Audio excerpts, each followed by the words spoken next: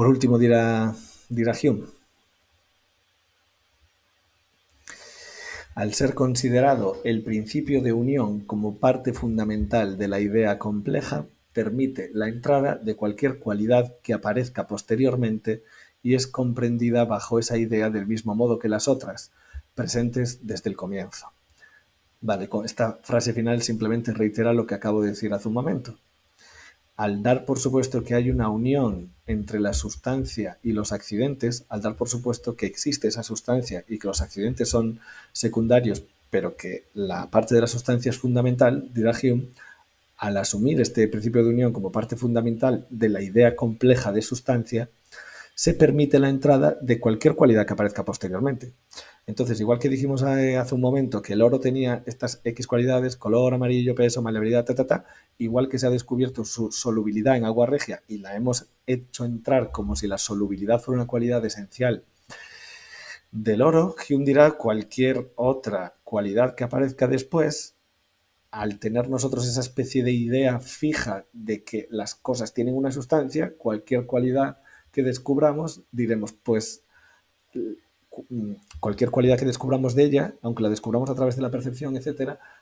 la haremos entrar en la sustancia después.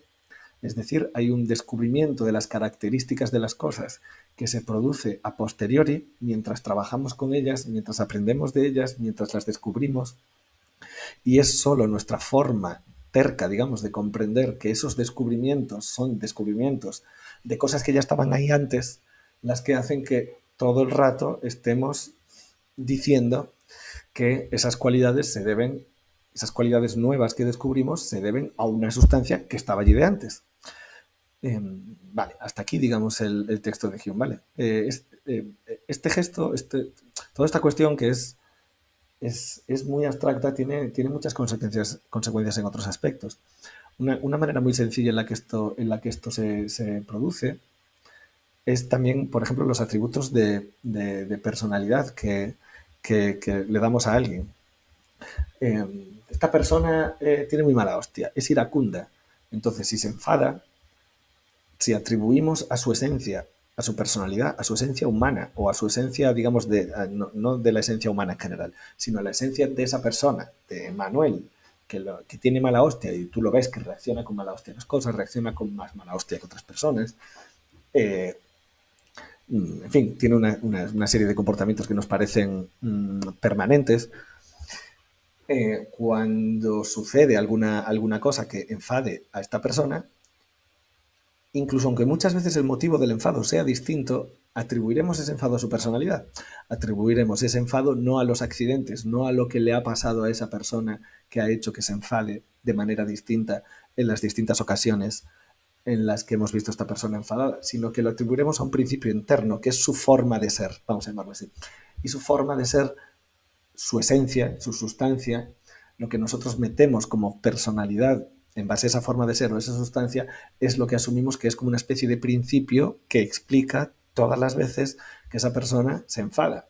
Como tiene mala hostia, cualquier cosa que le suceda le provoca mala hostia. ¿Por qué? Porque es que tiene mala hostia. Entonces va a dar igual que esa mala hostia sea porque se ha golpeado un dedo del pie o porque ha dejado de entrar en la carrera que quería. Este es un ejemplo que tiene que ver con las personas, no tanto con los objetos, con el oro, con los tomates, como hemos puesto anteriormente, pero que creo que puede hacer un poco más visible cómo se aplica el concepto de sustancia a las relaciones personales y a la creencia que tenemos de que las personas tienen una esencia, es decir, una forma de ser, es decir, una sustancia, y de que eso explica las cosas que le sucedan, prestándole menos atención a cómo es que le han afectado esas cosas que le suceden, es decir, llamando accidentes, dándole un peso secundario a las circunstancias que han provocado ese comportamiento y dando por supuesto que la forma de obrar de la gente se entiende menos en función de las circunstancias que le suceden o de su comportamiento, es decir, de sus conductas, de las cosas que hace, y tienen más que ver con una esencia, una sustancia, una forma de ser que una vez la suponemos, luego cualquier otra cosa que le pase a esta persona la podemos meter dentro de esa sustancia o esa forma de ser. Es como una aspiradora, es como un agujero negro que se traga cualquier otra explicación y que Hume dirá que lo que hace es distorsionar y distorsionar nuestra percepción de la realidad. Es decir, Hume creerá que es relevante lo que pasa después, que es relevante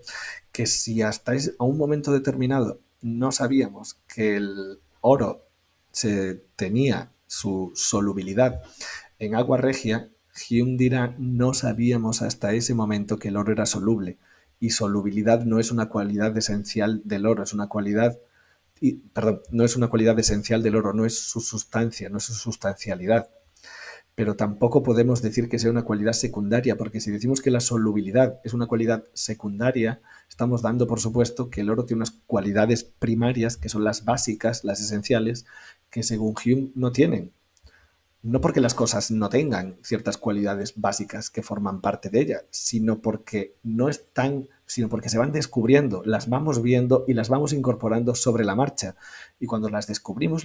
en el momento. Y eso no significa que estuvieran allí desde el principio. Si disolvemos oro en agua regia, lo que estamos descubriendo allí es una relación que tiene el oro con el agua regia, y esa relación es la relación de solubilidad, pero es una relación entre el oro y el agua regia que no estaba allí de antes y que solo se produce en el momento en el que el oro entra en contacto con el agua regia. Y eso no es ninguna sustancialidad, eso es una relación de un objeto con otro que se produce cuando se produce y nunca antes. Y por seguir con la metáfora de la personalidad, cuando vemos que nuestro amigo Manuel está todo cabreado porque no ha entrado en la carrera que quería entrar, o porque no ha conseguido el trabajo que querría, o porque simplemente X cosa no le ha salido bien, no está allí operando únicamente un principio de antes, que es el de que su esencia o su sustancia o su personalidad es tener mala hostia y que eso se va disparando por ahí, pase lo que le pase, sino que además de que pueda haber algo de eso, lo que sucede es que no hay una especie de verdad previa sustancial, que además es muy cómoda para el pensamiento, dar por hecho que eso está ahí de siempre, y luego, digamos que espallarlo, por decirlo en gallego, sobre cualquier circunstancia que pase después. Hume dirá